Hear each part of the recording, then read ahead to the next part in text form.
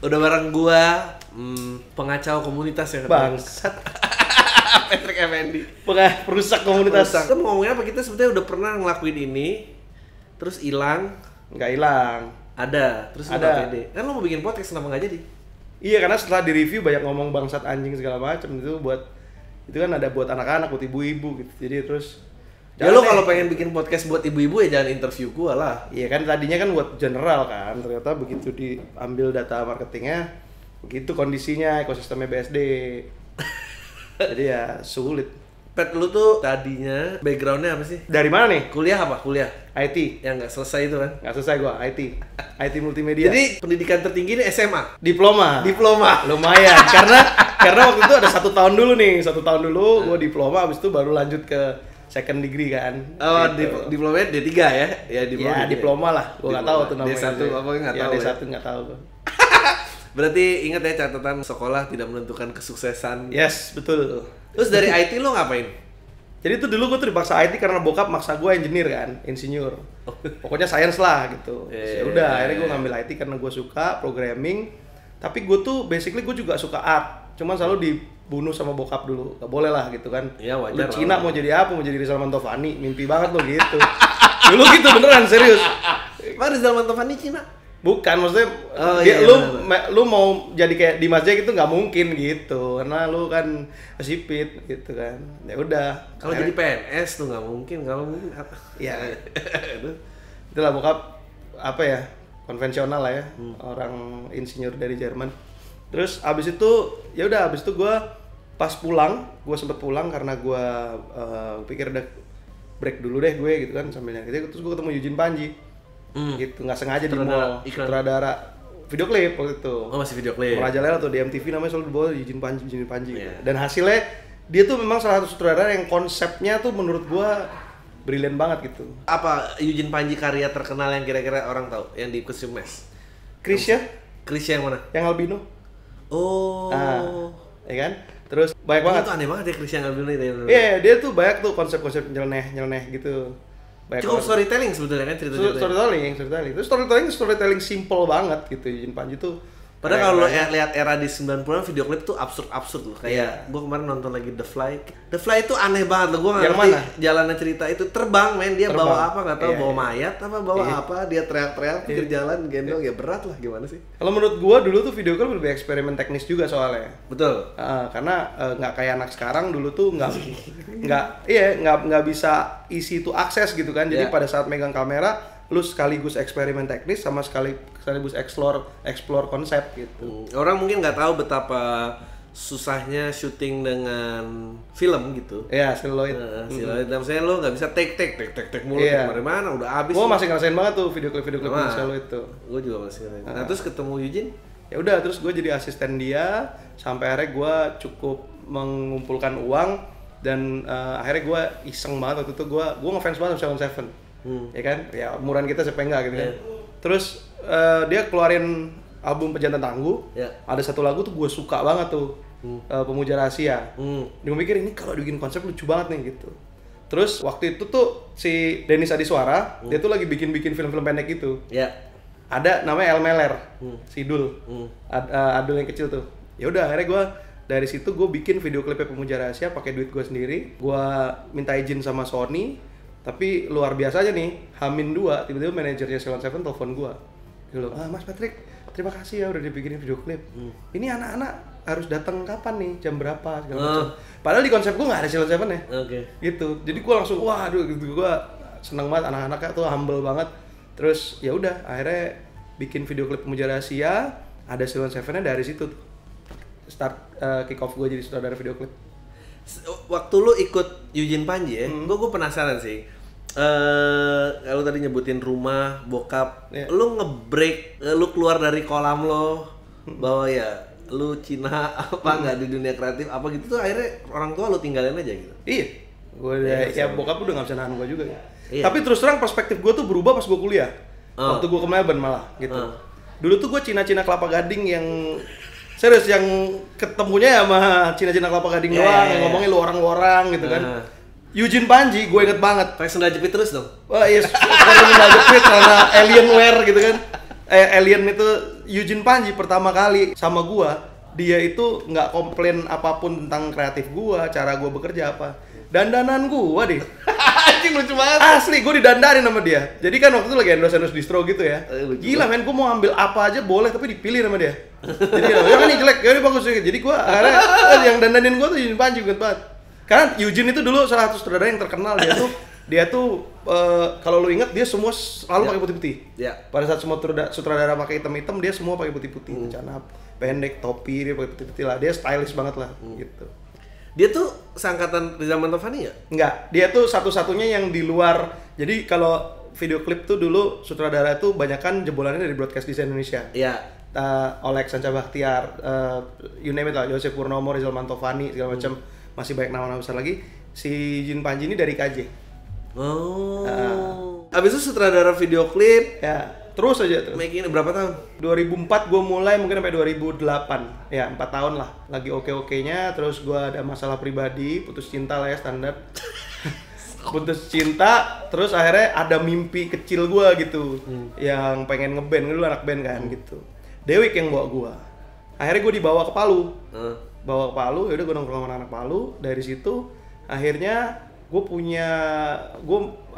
menyalurkan hobi baru gue itu.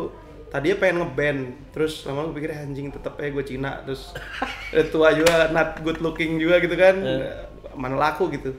Pas ke Bandung gue ngeliat ada anak-anak kecil namanya, waktu itu gue kasih nama Super Kids, namanya udah Super Kids gitu. Anak-anak ini main band, ngepang gitu kan, keren banget, dan menurut gue, wah ini lucu juga nih kalau gue produserin gitu. Akhirnya gue buang effort gue ke mereka nih, Super Kids gitu. Bisa dilihat di YouTube masih ada tuh Super Kids. Super Kids itu bukan CJR, beda lagi. Bukan, beda lagi. Gue dulu cuma Super Kids doang karena gue tuh rootnya tuh folk sama rock gitu. Jadi kayak Foo Fighters gitu. Gue pecinta Queen. Jadi apa sekarang Super Kids itu namanya? Sekarang berubah jadi Sunday Crunch. Jadi kan dulu yang main bass tuh sama nyanyi kan. Terus pecah, punya vokalis baru cewek gitu. Itu lagi oke-okenya ini. Lagi oke-okenya mereka main tuh sampai kemana tuh ke Thailand, pokoknya internasional lah. Main di Rolling Stone, supportnya baik banget. Kita dapat endorsean Macbeth apa segala macem. That era lah ya, Blink-182 and the King. Tiba-tiba muncul Smash. Jedar pada saat mereka lagi pengen make a mark di scene musik Indonesia, tiba-tiba keluar Smash. Buyar langsung. Karena semua marketnya semuanya ke Smash gitu. Nah di situ gua bikin Cowboy Junior. Nih kita balik lagi ke Cowboy Junior ini. Gue mau tarik lo. Lu waktu ngikutin orang Eugene Panji, paling struggling tuh lu apa, cerita paling struggling lo? Maksudnya lu nggak punya gelar sarjana. Lu keluar dari elemen dan pergaulan lo. Terus lu ngikutin orang. Lu ada momen kayak anjing gua ngapain ya ada di sini gitu? Enggak sama sekali. Enggak ada. Jalan aja. Karena Eugene Panji tuh nggak pernah ngerasa susah. Enggak. Eugene Panji tuh keras banget. Tapi ke bawah sampai gue sekarang nih. Jadi dia itu tipe orang yang keras dan kalau marah-marah itu nggak pernah ngasih tahu orang. Dia memaksa kita untuk berlogika. Jadi misalkan nih standar nih ada monitor nih, gitu kan, gue dipanggil, sini lo, lihat nih, coba menurut lo apa yang salah, gitu. Dia maksa kita untuk mikir gitu, bukan yang kayak lu nggak lihat nih si ininya salah gini-gini, enggak. Dia maksa gue dulu untuk pakai otak gue dulu untuk cari tahu gitu, dan itu ke-build tuh sama gue tuh. Lo ngerasa akhirnya hard work lo itu pay off kapan? First taste of success lo? Karena menurut gue ngeliat lu individu yang sangat unik, maksudnya nggak bisa ditaruh dalam satu kolam. Lu lompat tapi lu menurut gue lu successful person, apalagi untuk di angkatan kita gitu. Sebenarnya suksesnya tuh malah gue agak downgrade sebenarnya. Jadi gue tahu pada saat gue jadi sutradara itu gue belum bisa make a mark karena sedikit banget, dan gue waktu itu karena gue yang kasih kesempatan gue itu adalah Pak Yan Yuwana ya. Pertama kali kan Sony, Sheila Seven tuh di Sony gitu. Jadi akhirnya gue kebanyakan itu Yofi, waktu itu Rio Febrian, semua yang di Sony lah gitu. Terus tiba-tiba gue ada tawaran ikut Ari Lasso. Jadi kameramen tapi. Kameramen doang, jadi kru. Gitu. Ya udah, gue berangkat tur LA Light. Panjangnya setengah mati tuh. Jadi panjang lah, berbulan-bulan. Nah, dari situ tuh gue ngerasa mulai bisa nabung lah gitu. Maksudnya duitnya tuh mulai kelihatan tuh. Mobil pertama kali yang gue beli itu dari konser tuh. Dari konser Ari Lasso tuh. Apa menurut lo yang nggak membuat orang tuh nggak pengen keluar dari kolamnya? Maksudnya ya udah kayak terima nasib aja gue kayak gini aja. Mental. Iya, kenapa ya itu? Nggak pernah mau men-challenge diri sendiri menurut gua. Itu aja. Gitu. Jadi kadang banyak banget orang yang ngerasa ya udahlah gua hidup dikasihnya gini-gini aja gitu. Kalau gua memang dari kecil gua selalu merasa kurang dan gua tuh temperamen, tapi temperamennya tuh kayak selalu perlu pembuktian gitu. Sama bokap sih khususnya. Sama bokap gitu. Jadi gua kayak ntar lu liat tuh, gua kasih liat lo kayak gitu. Gitu. Nah, gua nggak ngeliat itu tuh sekarang di anak-anak sekarang. Anak-anak sekarang kalau digituin tuh baper pasti. Lo ngeliat anak lo sendiri, lo concern nggak? Concern. Tapi anak gua sih apa ya? Anak gua bully, men. Oke. Anak gua bully. Jadi dia badan gede kan gitu. Terus gua lupa, tapi gua kayaknya transisi dulu gua nggak bully, gua dibully pernah juga, tapi gua jadi bully juga. Sampai akhirnya di kuliah itu bukan comfort zone gua, jadi gua akhirnya jadi orang yang lebih tone down lah gitu. Lo umur berapa?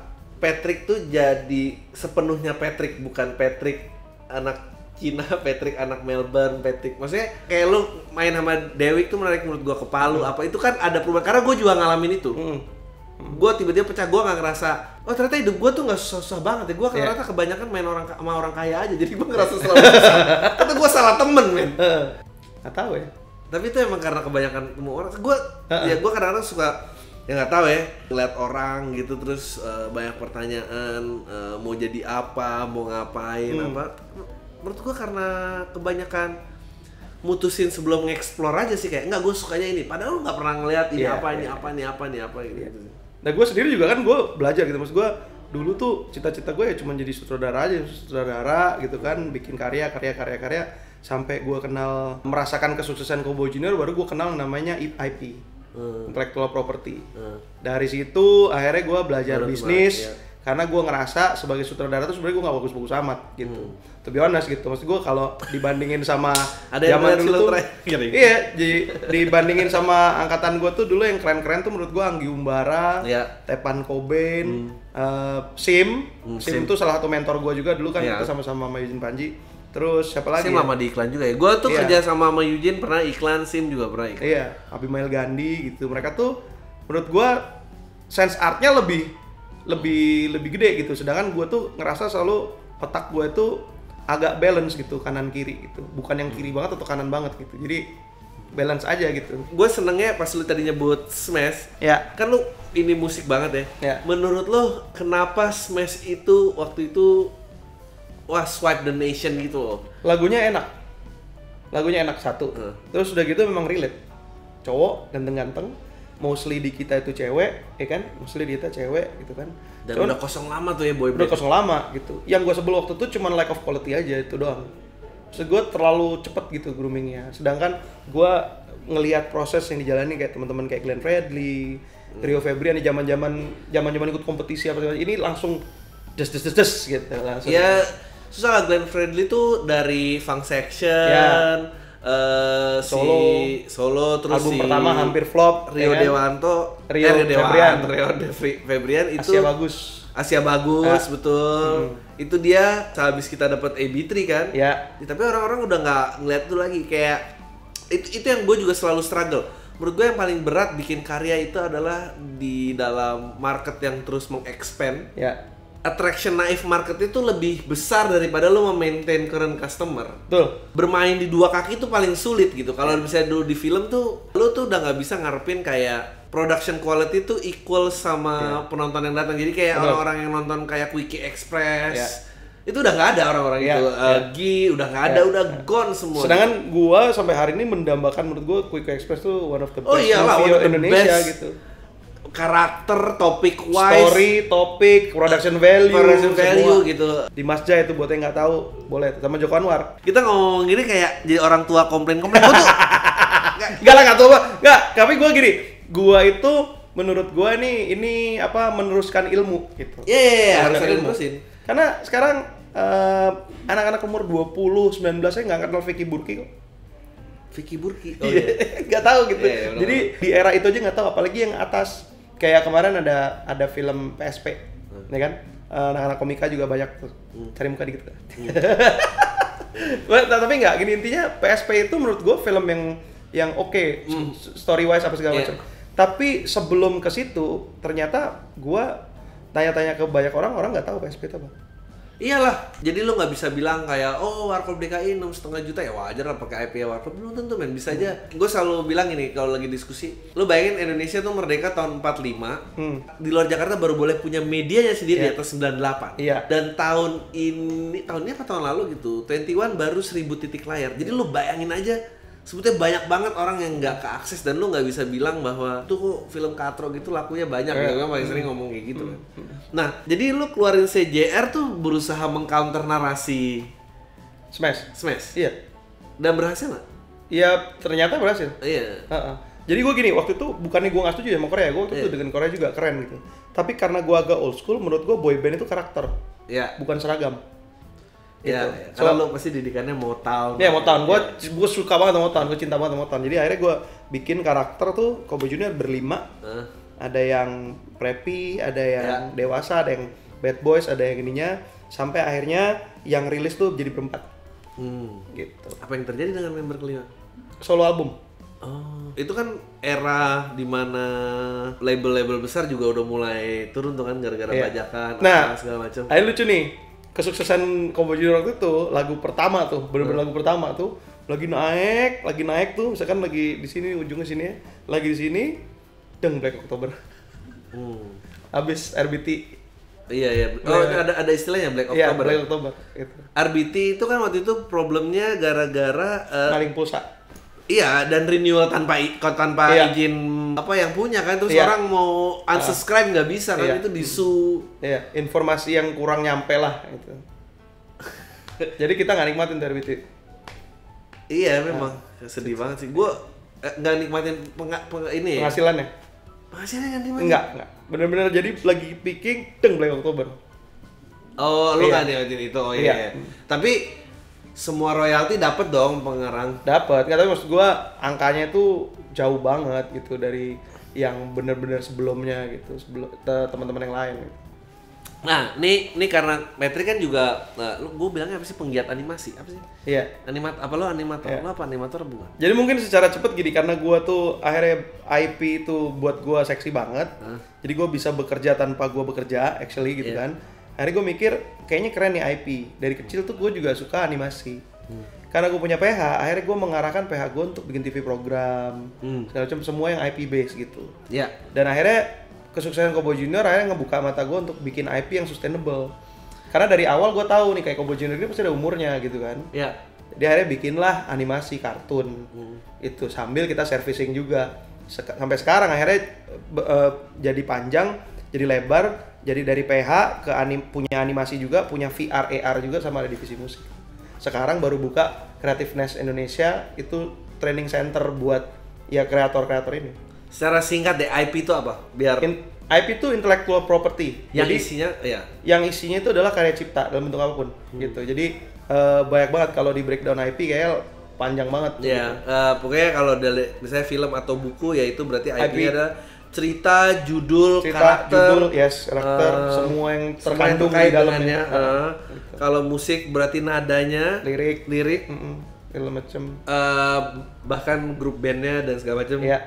Nah itu mau dibuat apa, turunannya seperti apa, itu source-nya dari IP ini. Nah, ini kita ngobrolin ini ya. Kenapa kesadaran IP, terutama pengatur hukumnya sangat lemah di sini? Karena belum ada sukses story-nya. Nggak ada susahnya maksud gue. Susah kayak animasi gitu kan. Kita masih berkutat dengan kalau lu inget cerita Paraden. Ya kan? Paraden itu juga waktu itu masih simpang siur gitu. Paraden itu dia yang membuat dia membuat Unyil. Ya. Dia yang bikin Unyil. Unyil tuh karakter wise semua segala macam dunianya tuh dia yang bikin. So the IP creator is actually him. Gitu. Tapi kalau ditarik mundur juga sebenarnya Paraden tuh dulu waktu bikin itu juga karena dia adalah karyawan PFN. Oke, jadi IP-nya belong di PFN gitu. Tapi tidak ada setting kontrak. Jadi emang blunder aja gitu. Jadi emang nggak tahu. Kayak film lah, Om Indro dulu juga sering cerita kan tentang IP-nya Warkop gitu kan. Betapa dia IP-nya Warkop di film-film Warkop tuh diputar terus tapi dia nggak dapet apa-apa gitu kan. Jadi pengaturan IP di Indonesia tuh masih sangat kurang banget gitu. Haki sendiri itu masih kebanyakan tuh lebih di paten, merek dagang gitu. Merek patennya waktu itu juga yang paling banyak itu adalah di bidang pertanian gitu. Iya, maksudnya alat-alat itu kontraktor apa gitu-gitu ya. Jadi sebenarnya Indonesia itu belum banyak yang aware gitu. Kalau lu perhatiin hanya brand-brand luar yang di belakangnya itu ada kalau lu perhatiin bundaran C, R, TM gitu ya, trademark, paten. Indonesia belum. Iya, itu memang banyak banget ya kasus-kasus blunder kayak Susana gitu kan. Sana tuh siapa gitu? Iya, nggak tahu. Padahal tuh karakter orang, nama ya tapi pasti ada settlement tersendiri gitu, agreement pasti ada sampai film itu tercipta gitu. Falcon Pictures sendiri pun menurut gua tuh salah satu kesuksesannya Pak Navin adalah karena dia bisa develop IP sendiri, at the same time dia pick up IP-nya yang memang dia dari kacamata dia ini growing. Menurut gua Pak Navin tuh punya mata yang sangat luar biasa gitu. Visinema sekarang lagi begitu juga kan? Iya. Visinema lagi banyak banget. Lagi banyak mengexercise. Nanti kita cerita tentang hari ini, ya kan? Itu buku bagus banget menurut gua. Tapi diambil jadi buku tuh gua bingung sih, maksudnya itu kan diambil jadi film. Diambil jadi film tuh kan satu eksplorasi produk lagi kan gitu. Iya. Tapi yang dicari itu dari sisi bisnis kan IP-nya duluan gitu. Kesuksesan salesnya gitu. Karena ada matematiknya di mana orang itu dengan familiar produk, promotion cost lo itu akan drop gitu daripada lo introducing new things gitu yang nggak ini gitu. Ini salah satu artis cilik yang nggak tahu, mungkin dia masih merasakan IP-nya apa enggak gitu kan dia. Enggak, dia cerita. Gua nanya kan. Jadi Joshua Suherman sendiri dia cerita juga kan waktu itu di Obok-Obok. Dia tuh sistemnya pokoknya dia datang rekaman dibayar, dia datang manggung dibayar gitu aja udah. Dia nggak pernah tahu salesnya, royalty apa salesnya nggak pernah ada. Gitu. Wah, lo kalau lihat Inggris gitu ya, perekonomian udah diarahkan 60% tuh terhadap sektor-sektor yang artificial intelligence itu tidak akan bisa melakukan. Betul. Machinery, mekanik yang tidak bisa melakukan. Which is the gift of being human adalah creation. Kreatif. Kreatif. Lo ngelihat potensi ya MLI lah ya, gue gak ngomongin yang lain sih. Lu ngeliatnya gimana sekarang dengan line up yang ada dan apa segala macam? MLI itu menurut gue keren, luar biasa banget. Kita muji-muji di channel sendiri gini salah gak sih sebetulnya? Enggak, orang kita ada prestasinya kok. Iya dong, maksudnya kalau muji-muji tapi lu gak ada prestasinya gitu kan. Iya kan gitu. Ini dari kemarin pada saat kita bikin konsep sold out tuh beneran gak gimmick gitu. Jadi gua make sure itu saya beneran sold out, ada di sistem beneran sold out. Enaknya event kan gitu, kita bisa pegang pre-sale-nya gitu. Abis itu pada saat event dokumentasi tetap berjalan, kelihatan memang sold out full gitu.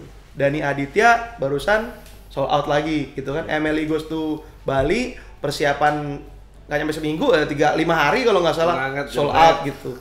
Kalau menurut gua ini tuh bukan karena kehebatan MLI. Menurut gua memang karena scene-nya sudah lama kosong. Iya. Di ini ya, di market luas ya. Di market luas tuh kosong. Kayak gua gitu ya.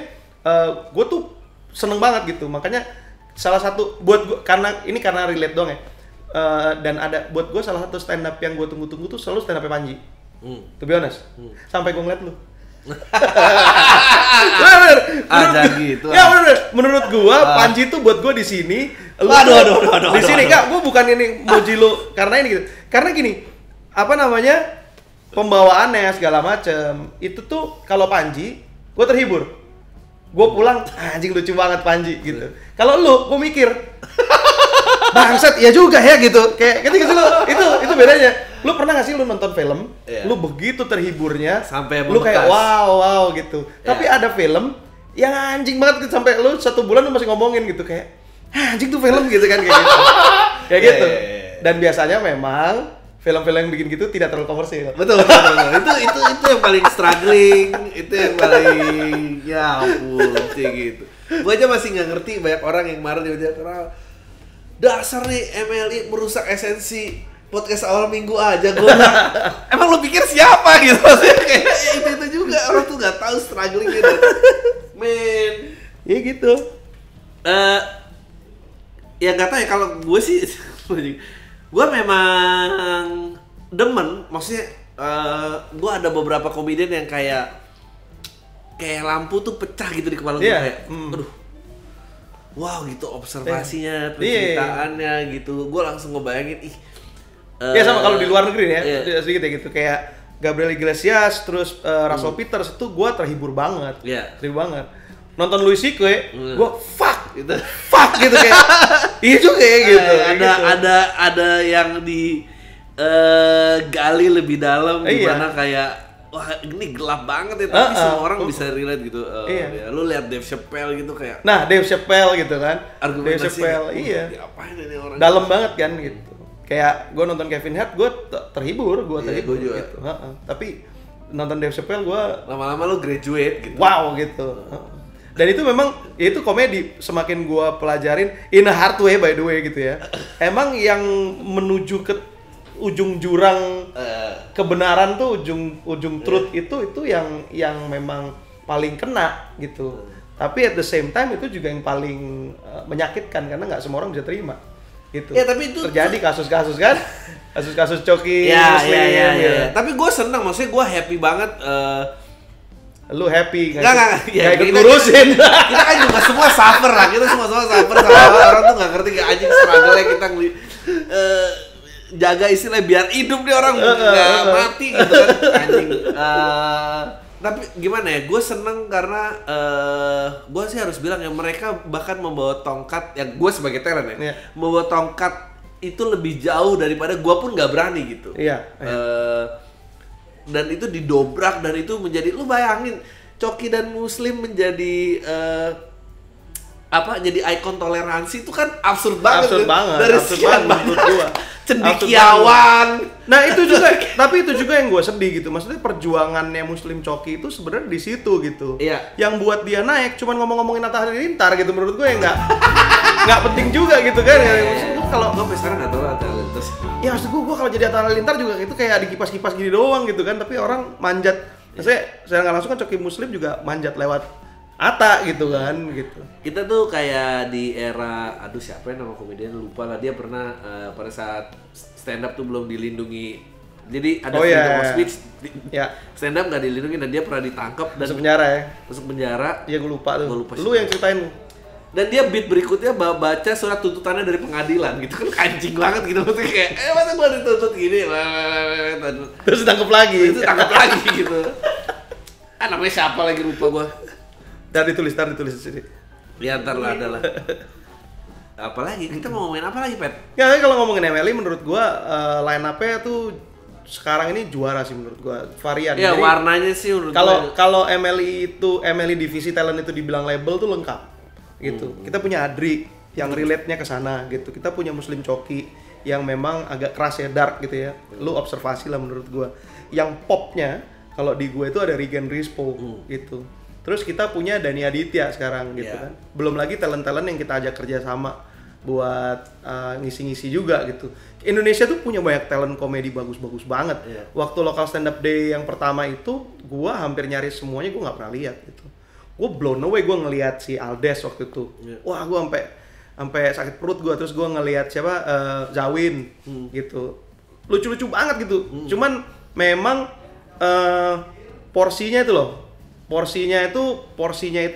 belum ada outlet sebesar itu untuk nunjukin mereka semua. Terus betul. Terus menerus gitu kan, kayak lu nungguin kan, kayak lu Russell Peters setahun itu euforianya, terus diselingin sama yang lain, nanti lu Russell Peters keluar lagi, lu nonton lagi. Ya jadi tapi itu sih sebetulnya kalau gua ngeliatnya waktu itu gara-gara TV juga. Jadi TV itu bertanggung jawab membesarkan stand up, tapi dia juga yang bikin orang akhirnya bosen sama stand up. Maksudnya digoreng gitu banyak dan tingkat kedalamannya nggak bisa diperbaruin gitu. Hampir sama kayak dulu kontes musik. Karena dan ada bedanya, kontes musik aja juga kayak gitu, goreng akhirnya burn out. Tapi paling enggak dari musik itu masih ada produk akhirnya. Jadi setelah itu dia rekaman atau apa gitu. Kalau ini nyaris nggak ada gitu. Bener. Jadi waktu pertama kali gua masuk ke dunia stand up comedy, gue betapa kagetnya karena ternyata banyak banget yang bikin special show, termasuk special show lo aja kan gue nggak pernah tahu gitu kan. Panji mungkin karena akses itunya lumayan gede gitu kan, akses promosinya lumayan gede gitu. Gue harapan lo apa? Ada itu ya kita close dengan itu anjing pertanyaan paling basis di dunia untuk menutup show. Buat stand up comedy. Buat stand up comedy sama yang pengen lo lihat dari komedi Indonesia apa? Ya harapan gue sih itu, maksud gue konsistensi sama lebih banyak lagi karya ya. Gitu karena kita kan stand up comedy itu kan nggak kayak ini ya, nggak kayak musik gitu. Dulu tuh Mongol gue ngeliat kepingkal-pingkal gue Mongol gitu kan. Tapi setelah Mongol tidak come up with something new ya udah gitu kan. Lupa juga akhirnya sama Mongol gitu misalkan gitu. Dan menurut gue juga nggak tahu karena outletnya nggak ada, jadi ya agak jadi pelan gitu kan. Yang gue lihat sekarang juga gue sebenarnya agak concern sih, to be honest sih gitu. Maksudnya ya emang nggak bisa dipungkirin outlet yang paling baik sekarang kan YouTube gitu. Tapi stand up comedian itu semua jadi YouTuber, nggak jadi stand up comedian gitu.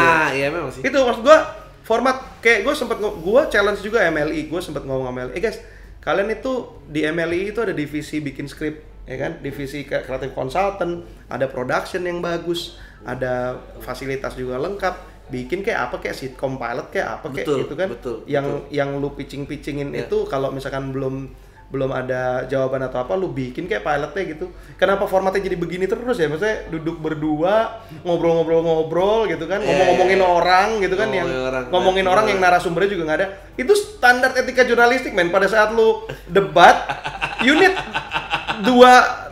the opposition to be there gitu untuk discuss gitu. Kalau ngomongin orang doang sih menurut gua apa namanya? Ya maksud gua apa cuman itu doang ininya gitu. Enggak, gua enggak ngomongin gibah sih, maksud gua ya enggak, itu maksudnya gibah arti kata gibah, bukan show nama gibah. Gua enggak nonton gibah juga.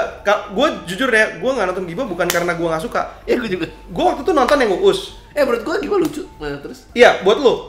Gua nonton gibah yang Uus. Gua enggak ngerti.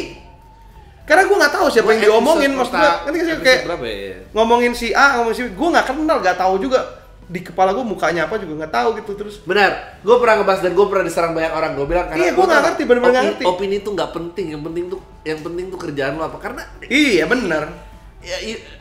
Terus ada yang email gue, enggak bang, menurut gue opini itu penting gini. Ini alasan lain kenapa opini nggak penting, tapi dia email tuh. Nggak, tapi beda juga nih, Dri, gitu kan. Semua orang tipenya beda gitu. Kalau kayak teman-teman stand up comedian ada yang artis kan, mereka memang perlu untuk publicity, untuk awareness sosial media dia supaya expand segala macam. Oh iya, gua ngerti, tapi maksud gua lu nggak bisa dinilai karena apa namanya, lu sebagai komedian mau dihargain opininya tok, lu berdiri akan opininya. Maksudnya karya dulu lah ya. Joke itu ada craftnya gitu.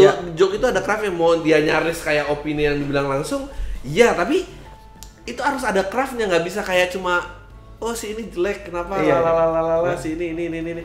Ya elah, itu mah semua juga bisa gitu. Lucunya di mana?